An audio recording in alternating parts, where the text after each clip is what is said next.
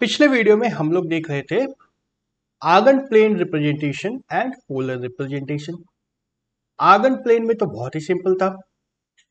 Cartesian plane के जैसे x axis पे रियल नंबर्स को it was something like this, x axis and y axis बना दिया है।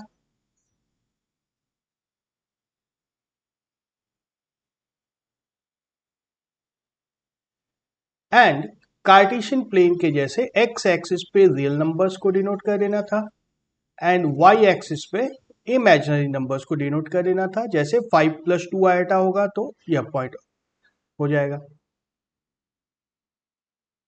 ये 0.2 है, यह 0.5 है, यह है 5 + 2 आयोटा। नेगेटिव नंबर्स भी इस तरह से कर सकते हैं, -1 माइनस आयोटा, यह पॉइंट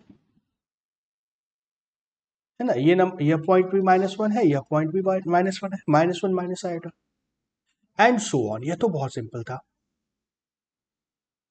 अब हम लोग आते हैं पोलर रिप्रेजेंटेशन पे। पिछले वीडियो में हमने ये भी देख लिया था कि पोलर फॉर्म में यदि ओरिजिन से किसी भी पॉइंट का डिस्टेंस निकालेंगे,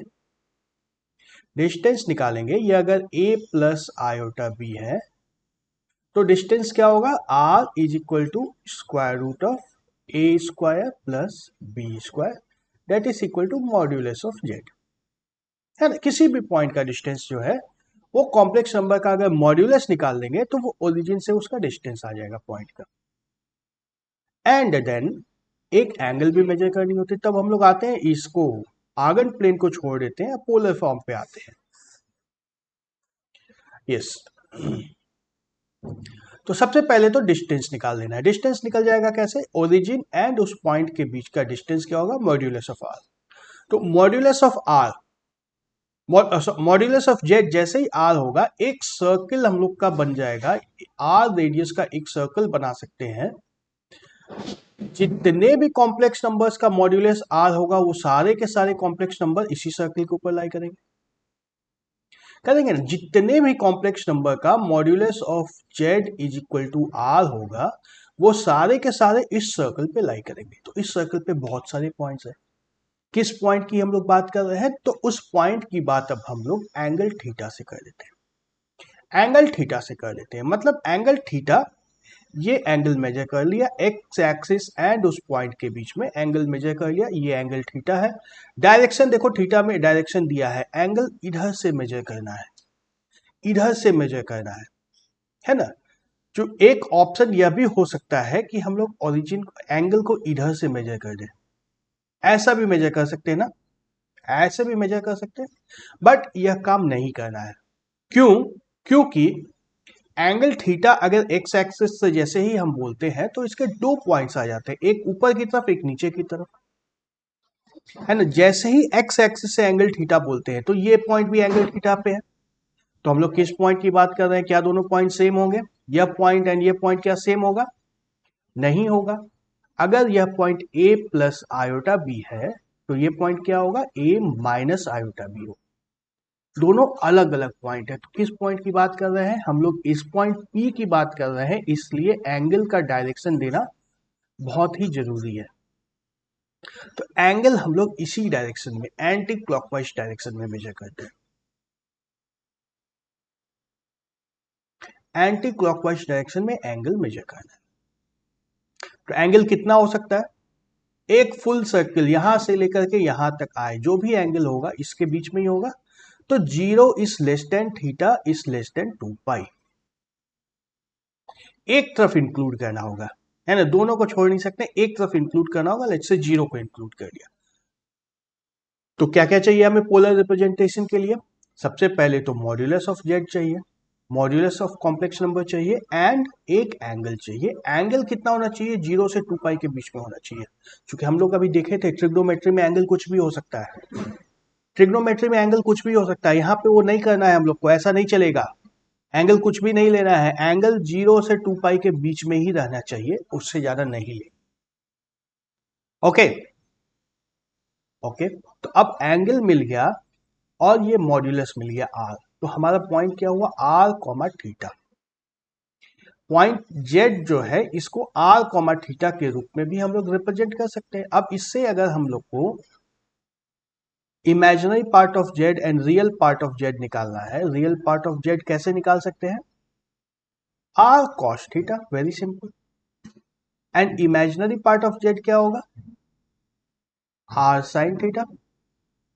एंड स्टैंडर्ड फॉर्म जो कॉम्प्लेक्स नंबर का है a plus iota b, a plus iota b, हाँ उस फॉर्म में अगर जेड को रिप्रेजेंट करना है तो क्या होगा?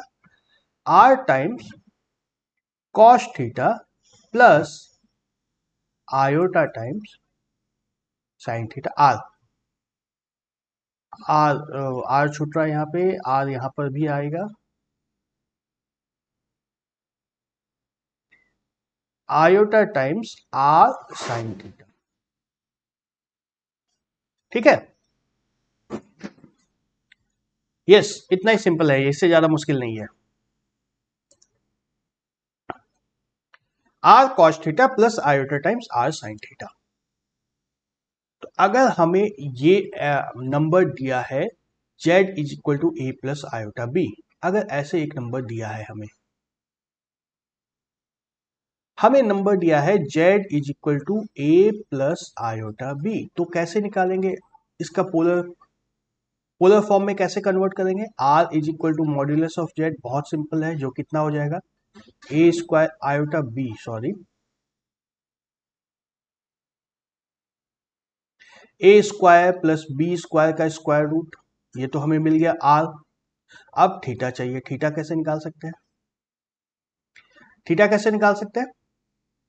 हमें पता है r cos theta is equal to a है। Let's start from here. r cos theta is equal to a है, divide by r sin theta is equal to b है। तो r cos theta divide by r sin theta करेंगे तो cot theta मिल जाएगा हम लोग को। cot थीटा क्या मिलता है? a by b. या उससे अच्छा रहेगा tan थीटा के फॉर्म में एक्सप्रेस करना, tan थीटा ज्यादा यूज करते हैं हम लोग। tan theta is equal to b divide by a, या इसको यू भी लिख सकते हैं, theta is equal to tan inverse b divide by a. बस इतना सा किया, हमारा स्टैंडर्ड फॉर्म से पोलर फॉर्म आ गया, पोलर फॉर्म से स्टैंडर्ड फॉर्म आ गया, दोनों कन्वर्सन हो सकता है। अगर पोलर फॉर्म दिया है, अगर पोलर फॉर्म दिया है स्टैंडर्ड फॉर्म में लाना है तो रियल पार्ट होगा r cos theta, imaginary part होगा आर साइन थीटा। अगर स्टैंडर्ड फॉर्म दिया है ये वाला फॉर्म, पोलर फॉर्म में लाना है तो r is equal to a square plus b square under root and theta is equal to tan inverse b by a. ज्यादा मुश्किल नहीं है, ज्यादा मुश्किल नहीं है, ये समझ जाओगे। लेट्स सी सम एग्जांपल्स, तब समझ में आएगा अच्छे से। Express the complex number 1 plus square root 3 iota in polar form. तो सबसे पहले तो आर निकालना है। आर क्या होगा? Square root of a square plus b square, 1 square plus square root of 3 square, that is equal to square root of 1 plus 3 is equal to square root of 4, that is equal to 2। And दूसरा काम क्या है? Theta निकालना है। Theta क्या होगा? tan inverse of b divide by a. tan inverse of b divide by a जो हो जाएगा tan inverse of square root 3।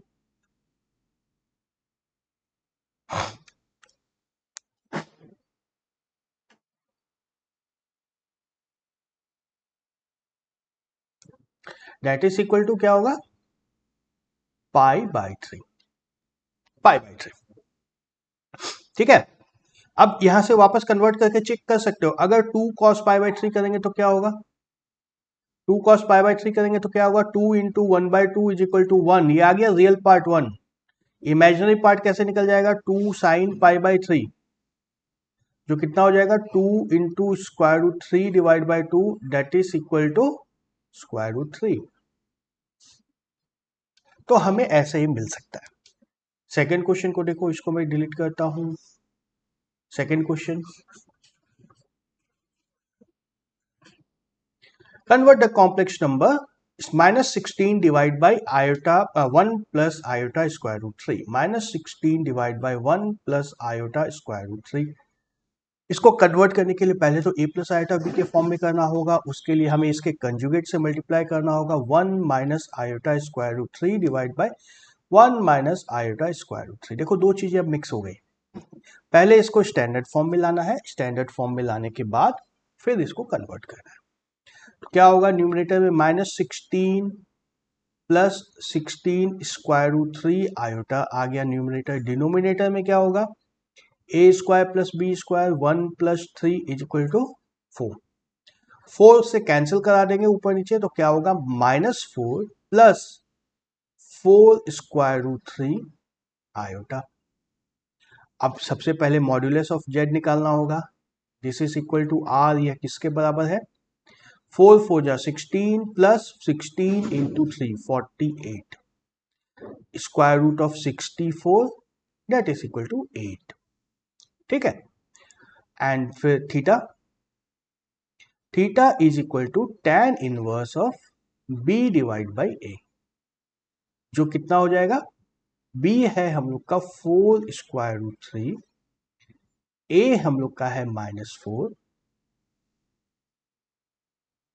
जो कि आ गया माइनस ऑफ स्क्वायर रूट 3। अब देखो tan,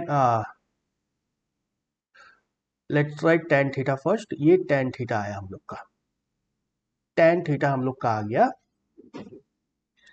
minus square root 3। Now you have to think, now tan theta negative है, कब होता है tan theta negative, second quadrant में भी होता है, फोर्थ क्वाड्रेंट में भी होता है। tan थीटा नेगेटिव दोनों क्वाड्रेंट में होता है, लेकिन हमें कॉम्प्लेक्स नंबर सिर्फ एक चाहिए, कॉम्प्लेक्स नंबर हमें सिर्फ एक चाहिए, दो कॉम्प्लेक्स नंबर नहीं चाहिए।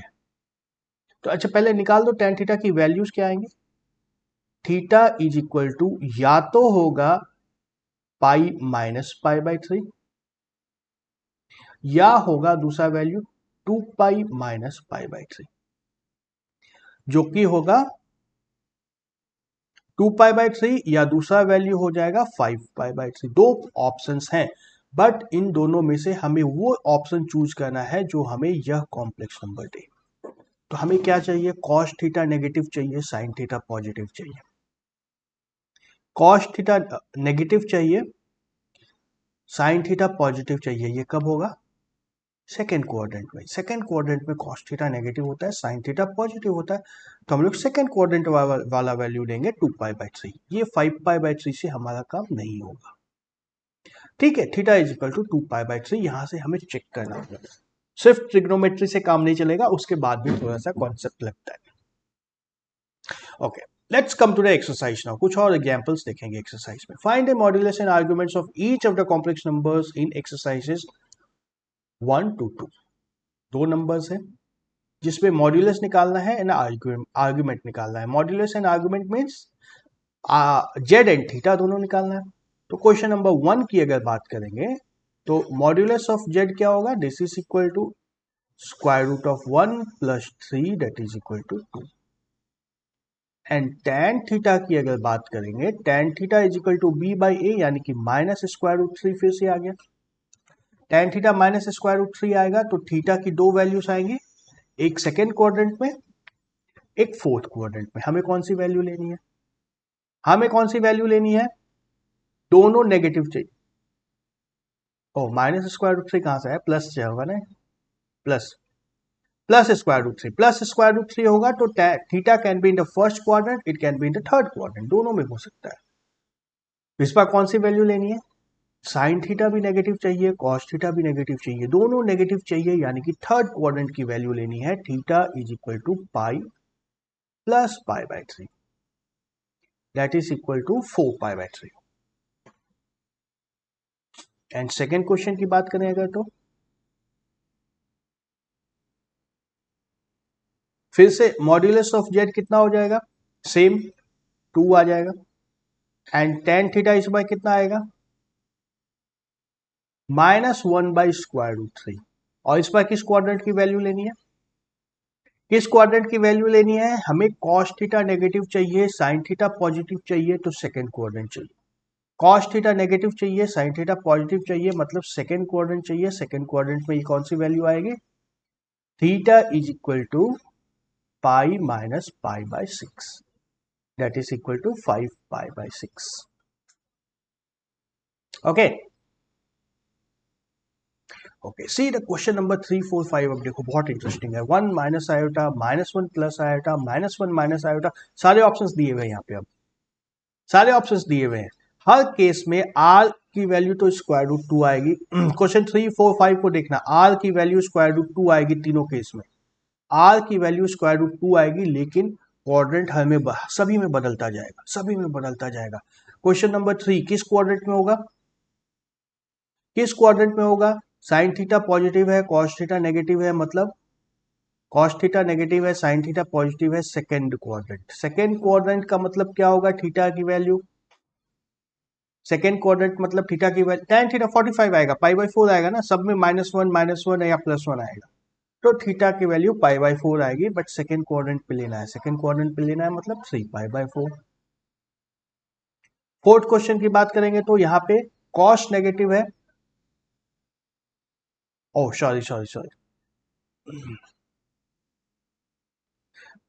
यहाँ पे हमारे पास कॉस पॉजिटिव है, साइन नेगेटिव है, कॉस पॉजिटिव साइन नेगेटिव, यानी थर्ड क्वाड्रेंट, थर्ड क्वाड्रेंट मतलब 2 पाई माइनस पाई/4, 7 पाई/4।